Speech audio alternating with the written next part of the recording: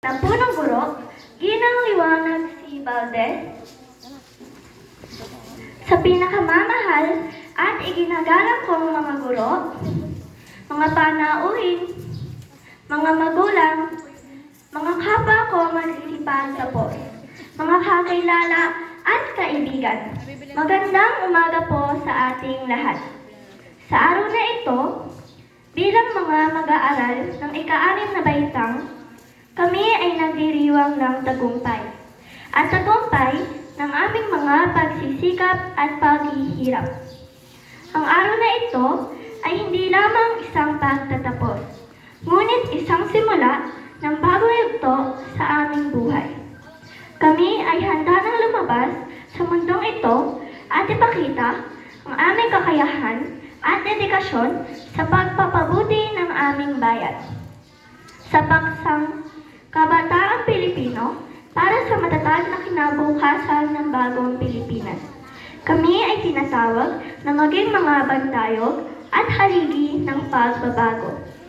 Kami ay may pananagutan na ipagpatuloy ang ipinaglaban ng aming mga ninuno at itaguyod ang mga halaga ng pagkakaisa, pagmamahal sa bayan, at integridad. Hindi namin makakalimutan ang mga aral na aming natutunan sa loob ng paaralan. Ito ang pundasyon ng aming kinabukasan. Sa bawat hakbang na aming tatahakin, ang aming adhikain ay maging instrumento ng pagbabago at pag-unlad para sa bayan. Sa bawat isa sa amin, ang pagtatapos na ito ay hindi lamang isang patunay ng aming kakayahan, kundi pati na rin ng aming pangako sa bayan. Kami ay nagmamalasakit sa pag-unlad ng Pilipinas at handang magsakripisyo at maglingkod para sa kabutihan ng lahat. Sa ating iginagalang na mga guro at punong guro, lalo na kay Ginang Liwanag si Valdez, salamat sa inyong walang sawang pagtuturo at pagmamalasakit.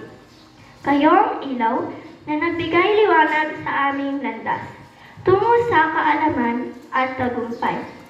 Sa bawat aral at gabay na ibinigay ninyo, kami ay nagkakaroon ng lakas na loob na harapin ang mga hamon at pagsubok sa aming paglalakbay. To my fellow graduates, thank you for embarking on this journey with me. Your camaraderie, support, and shared experiences have made this journey all the more meaningful and memorable. Together, we have overcome obstacles, celebrated triumph, and forged bonds that will endure the test of time. To our loving parents and guardians, my Papa Wilski and Mama Grace, my Tita Obet, thank you for your unconditional love, unwavering support, and countless sacrifices. Your guidance, encouragement, and belief in our abilities have been the driving force behind our success.